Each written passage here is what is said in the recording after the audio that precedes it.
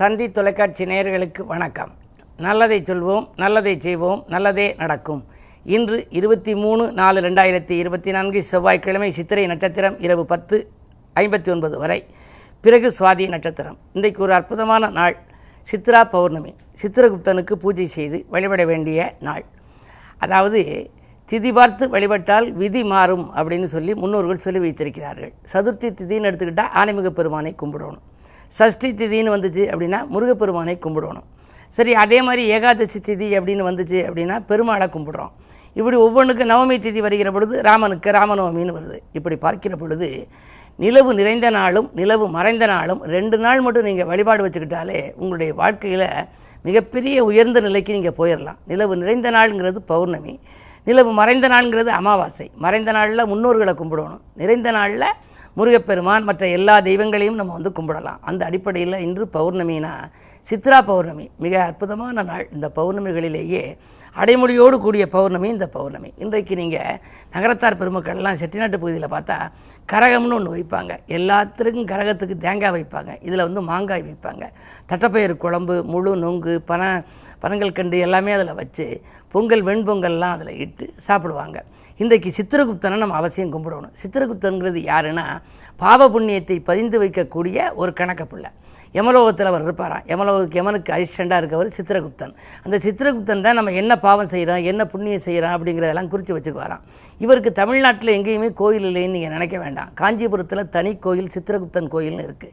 அமுதலிங்கேஸ்வரர் கோயில்னு அருப்புக்கோட்டையில் இருக்குது. இப்போ பிள்ளையார்பட்டியில் கற்பக விநாயகர் கோயிலேயே, கற்பக விநாயகர் கோயிலுக்கு பக்கத்திலேயே ஒரு சித்திரகுப்தனுக்கு புதுசாக ஒருத்தர் கோயில் கட்டியிருக்காங்க. பொதுவாக இந்த சித்திரகுப்தன் நம்முடைய பாவ புண்ணியத்தை பதிந்து வைக்கின்ற பொழுது நம்ம செய்யக்கூடிய பாவத்தினுடைய எண்ணிக்கையை குறைச்சும் புண்ணியத்தினுடைய எண்ணிக்கையை அதிகரித்தும் நீ எழுதுன்னு சொல்லணும்பாங்க. அது மாதிரி சொல்லக்கூடாது. அதுவே ஒரு மிகப்பெரிய பாவம். இப்போ இதுவரை செஞ்ச பாவ புண்ணியத்தை பதிஞ்சு வச்சுருக்க, இனிமேல் நான் செய்யக்கூடிய பாவத்தை காட்டிலும் புண்ணியம் எனக்கு அதிகரிக்க நீ வழிகாட்டு, உன்னை நான் நம்பி இருக்கேன், எனக்கு உன்னுடைய அருள் கொடுன்னு சொல்லி கும்பிடணுமா. இப்படிப்பட்ட ஒரு அற்புதமான நாள் சித்ரா பௌர்ணமி. இந்த நிலவு நிறைந்த நாளில் மலைவளம் வந்தால் மகத்துவம் நமக்கு கிடைக்கும், கிரிவலம் வந்தால் கீர்த்திகள் கிடைக்கும். மலைன்னு எதுக்கு சொல்கிறோம் அப்படின்னா, ஒரு இடத்துல போகிறோம், ஒரு பெரிய மலை இருக்குது, அதை பார்த்தா நம்ம அப்படி மலை இருக்குதுன்னு சொல்லி மலைச்சு போயிடும் இல்லையா. அது மாதிரி வாழ்க்கை மலைக்கும் அளவு உயர வேண்டுமானால் மலைவளம் வர வேண்டும். அந்த மலைவளம் வருவதற்கு உகந்த நாள் இந்த சித்ரா பௌர்ணமி. வாய்ப்பு இருப்பவர்கள் ஆங்காங்கு இருக்கும் ஆன்மீகம் சார்ந்த மலைகளை வலம் வந்து அங்குள்ள ஆன்மீக கோயில்களில் ஆலயங்களையெல்லாம் நீங்கள் வழிபடலாம் என்று சொல்லி இன்றைய ராசி பலன்களை இப்பொழுது உங்களுக்கு வழங்கப் போகின்றேன். மேசராசி நேயர்களே, புகழ் மிக்கவர்களின் சந்திப்பு கிடைத்து மகிழும் நாள். புதிய திருப்பங்கள் உங்களுக்கு வாழ்க்கையில் ஏற்பட போகின்றது. வாங்கல் கொடுக்கல்கள் உங்களுக்கு ஒழுங்காகும். பணவரவு திருப்திகரமாகவே இருக்கிறது. ராசியிலேயே குரு இருப்பதனாலே நீங்கள் யோசிக்காமல் செய்த காரியங்களில் கூட உங்களுக்கு இன்று வெற்றி கிடைக்கும். ரிஷபராசினியர்களே, உங்களுக்கு பதவியில் உள்ளவர்களின் உதவி கிடைத்து மகிழ்கின்ற நாள். இன்று பண தேவைகள் உடனுக்குடன் பூர்த்தியாகும். லாபஸ்தானம் புனிதமடைவதால் லாபஸ்தானத்திலே செவ்வாயும் இருக்கின்றார், புதனும் இருக்கின்றது, சுக்கிரனும் இருக்கிறது, ராகுவும் இருக்கின்றது. 4 கிரகங்கள் லாபஸ்தானத்தில் இருக்கின்ற பொழுது தொழில் மிகச்சிறப்பாக இருக்கும், வெற்றி நடை போடும். பொதுவாக தொட்டது துலங்கும், தொழில் வளம் சிறக்கும் என்று நான் எழுதுவது வழக்கம். அந்த அடிப்படையில் இன்றைக்கு நீங்கள் எந்த களத்தை நீங்கள் தேர்ந்தெடுத்தாலும் அதில் வெற்றி பெறும் வாய்ப்பு உங்களுக்கு உண்டு. மேலும் உங்களுக்கு நன்மை கிடைக்க இன்று சித்திரகுப்தன் வழிபாடையும் நீங்கள் மேற்கொள்வது நல்லது. மிதுனராசி நேயர்களே, உங்களுக்கு வீடு வாங்க முயற்சியில் வெற்றி கிடைக்கும் நாள். அது மட்டுமல்ல, வெளிவட்டார பழக்க வழக்கம் விரிவடையும். புதிய தொழில் தொடங்கலாமா அல்லது வேலையிலேயே நீடிக்கலாமா என்றெல்லாம் மனக்குழப்பத்தோடு இருப்பீர்கள். உங்களுடைய ராசிக்கு 10லே ராகு இருப்பதனாலே உங்களுக்கு வேலைப்பள் அதிகமாக இருக்கும். உழைப்புக்கேற்ற பலன் இல்லை, சம்பளம் கிடைக்கவில்லையே என்று நினைப்பவர்கள் விஆர்எஸ் பெற்றுக்கொண்டு வெளியில் வந்து சுயதொழில் தொடங்கும் முயற்சியில் ஆர்வம் காட்டுவார்கள். அதற்கு ஒரு தொடக்க விழா நடத்துவது போல இன்று நண்பர்களின் உதவி கிடைக்கின்ற நாளாக அமைகின்றது. கடகராசி நேயர்களே, உங்களுக்கு அஷ்டமத்து சனியின் ஆதிக்கம். அஷ்டமத்து சனி இருக்கின்ற பொழுது அலைச்சல் இருக்கும், ஆதாயம் குறைவாகவே கிடைக்கும். யாரையும் நம்பி எதுவும் செய்ய முடியாது. உங்களுடைய முன்னேற்றத்தை மற்றவர்களிடம் பகிர்ந்து கொள்ள வேண்டாம். உத்தியோகத்தில் உள்ளவர்கள் மேலதிகாரிகளின் வெறுப்புக்கு ஆளாக நேரிடும், கோபத்துக்கு ஆளாக நேரிடும். கொடுத்த பணியை சிறப்பாக செய்து முடிக்க முடியாமல் சலனப்படுவீர்கள். எனவே இன்று மிக மிக கவனத்தோடு இருக்க வேண்டும். மேலும் மலைவலம் வந்து முருகப்பெருமானை வழிபடுவதும் நல்லது. சிம்மராசினியர்களே, உங்களுக்கு கண்டகச்சனியின் ஆதிக்கம். ஆரோக்கிய தொல்லை அதிகரிக்கும். இடுப்பு வலி, கைவலி, கால்வலி என்று ஏதேனும் ஒரு வலி வரலாம். அது மட்டுமல்ல, ஜீரண கருவிகளும் பழுதாகலாம். என்ன இருந்தாலும் குறு பார்வை இருப்பதால் தொழிலில் உங்களுக்கு இழப்புகள் ஏற்படாது. காரியங்கள் கடைசி நேரத்தில் எப்படியோ கைகூடிவிடும். கரைந்த சேமிப்புகளை ஈடுகட்டுவீர்கள். கன்னிராசி நேயர்களே, உங்களுக்கெல்லாம் காலை 9:54 வரை உங்கள் ராசிக்குள் சந்திரன். எனவே சந்திரன் என்பவன் மனதுகாரகனோடு கேது இருப்பதனாலே காலை 9:54 வரை மனக்குழப்பம் இருக்கும். இதை செய்வோமா, அதை செய்வோமா, இல்லை செய்யாமல் இருப்போமா, அவர்களை போய் பார்ப்போமா, இவர்களை போய் பார்ப்போமா, இந்த தொழிலுக்கு என்ன செய்வது என்றெல்லாம் பலவிதங்களில் மனக்குழப்பம் ஏற்படலாம்.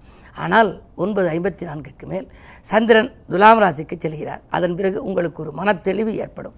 நீங்கள் எதை எந்த நேரம் செய்ய நினைத்தாலும் அது இயலும். அதே நேரத்தில் உங்களுக்கு எதிரிகளால் எந்த தொல்லைகளும் ஏற்படாது.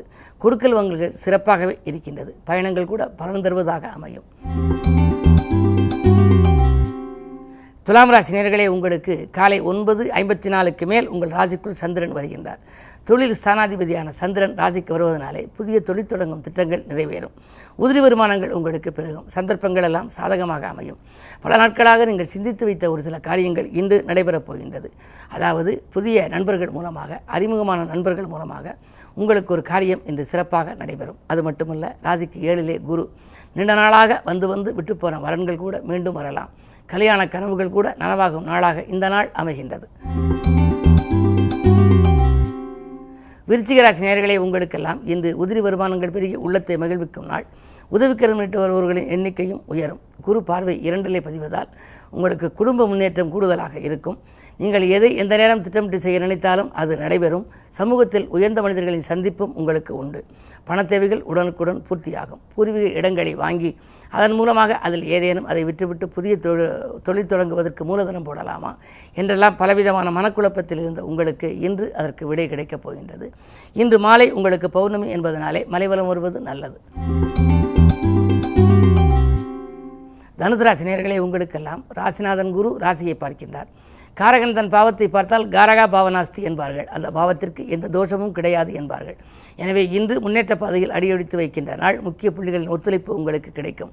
வாங்கல் கொடுக்கல் ஒழுங்காகும். அரசு வழி ஆதரவும் உங்களுக்கு உண்டு. அது மட்டுமல்ல, பொதுநலத்தில் இருப்பவர்களுக்கு நல்ல பொறுப்புகள் கிடைக்கலாம். மகர ராசி நேயர்களே, உங்களுக்கெல்லாம் 2லே சனி இருக்கின்றார். வாக்கிலே சனி இருப்பதனாலே கொடுத்த வாக்கை காப்பாற்ற இயலாது. எதை நீங்கள் எந்த நேரம் செய்ய நினைத்தாலும் அதில் கொஞ்சம் தாமதங்கள் ஏற்படும். உத்தியோகத்தில் உள்ளவர்கள் மேலதிகாரிகளின் கோபத்துக்கு ஆளாக நேரிடும். உங்கள் கருத்துக்களை மேலதிகாரிகள் ஏற்றுக்கொள்ள மறுப்பார்கள். அதே நேரத்தில் 3ஆம் இடத்திலே ராகு இருப்பதால் உடன்பிறப்புகளும் உங்களுக்கு உறுதுணையாக இருப்பதாக சொல்லிவிட்டு கடைசி நேரத்தில் கையை விரிக்கலாம். எனவே எதை செய்தாலும் நீங்கள் கொஞ்சம் யோசித்து செய்ய வேண்டும். அனுபவஸ்தர்களின் ஆலோசனை அப்போதைக்கப்போது கை கொடுக்கும். கும்பராசி நேயர்களே, உங்களுக்கு சந்திராஷ்டமம். இன்று காலை 9:54 வரை சந்திராஷ்டமம். எனவே எதை நீங்கள் செய்ய நினைத்தாலும் 9:54க்கு மேல் செய்வது நல்லது. அதிகாலையில் உங்களுக்கு வருகின்ற தகவல் அதிர்ச்சி தரும் தகவலாக இருக்கலாம். ஆரோக்கிய தொல்லையோடு இருக்கலாம். விரயங்கள் கூடுதலாக இருக்கும். ஏதேனும் ஒரு திட்டமிட்டு செய்தால் அது செய்ய இயலாமல் போகலாம். ஆனால் மதியத்திற்கு மேல் உங்களுக்கு மனக்குழப்பங்கள் அகலும். பணப்புழக்கம் நன்றாகவே இருக்கிறது. மீனராசி நேயர்களே, உங்களுக்கெல்லாம் இன்று காலை 9:54க்கு மேல் சந்திராஷ்டமம். எனவே ஏதாவது ஒரு புது முயற்சி செய்ய நினைத்தால் அதிகாலையில் செய்து விடுவது நல்லது. ஏதாவது ஒரு தொழிலுக்கு, உத்தியோகத்திற்கு, ஒரு பெரிய மனிதர்களை சந்திக்க வேண்டும் என்று நீங்கள் நினைத்தால், தொலைபேசியில் தொடர்பு கொள்ள நினைத்தால் அதிகாலையில் தொடர்பு கொள்வது நல்லது. காலை நேரத்தில் கலகலப்பாக இருக்கும். மாலை நேரம் சலசலப்பாக இருக்கும். பொதுவாக ஈசனை வணங்கி இனிய பலன் காண வேண்டிய நாள் என்று நான் எழுதுவது வழக்கம். நல்ல அனுபவஸ்தர்கள், ஆன்மீக பெரியோர்களின் ஆலோசனைகளை கேட்டு நடந்தால் இந்த நாளை நீங்கள் இனிய நாளாக அமைத்துக்கொள்ள இயலும். மேலும் விவரங்கள் அறிய தினத்தந்தி படியுங்கள்.